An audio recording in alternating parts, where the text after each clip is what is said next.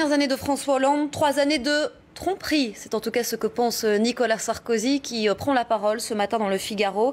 Le président de l'UMP qui tire à boulet rouge sur le bilan de son prédécesseur. François Hollande a personnellement contribué à ce désastre par une politique fiscale d'une brutalité sans précédent. Il a tant promis et au final si peu tenu. Le bilan économique, c'est d'abord 600 000 chômeurs de plus depuis son arrivée. Une catastrophe. C'est rapide.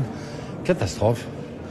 Toutes les promesses de Hollande sont restées des promesses, voire même la situation est aggravée, tant sur le plan économique que sur le plan social. Je vous dis que Madame Le Pen, quand même, je peux me marrer un peu avec le sourire, je dis, mais elle nous aura quand même débarrassé de ce vieux facho.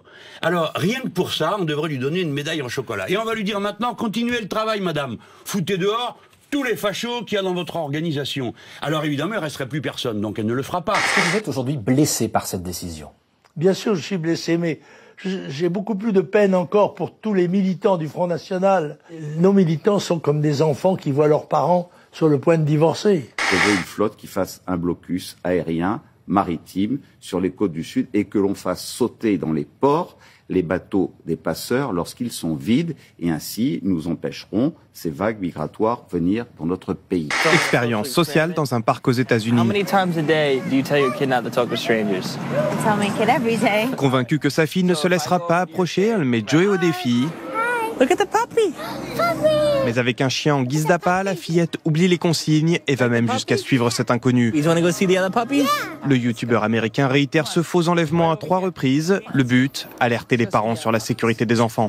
Oui, dans notre ville, pardon de vous le dire, il y a un trop grand nombre d'immigrés. Et que, attendez, pardon.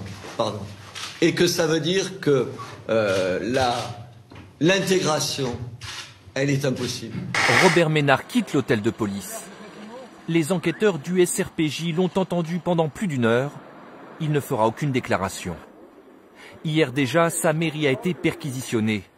Les policiers cherchent à déterminer si l'élu a fiché les élèves de sa commune selon leur religion. Un invité surprise dans cet hôpital australien, un jeune koala a arpenté les couloirs vides en pleine nuit.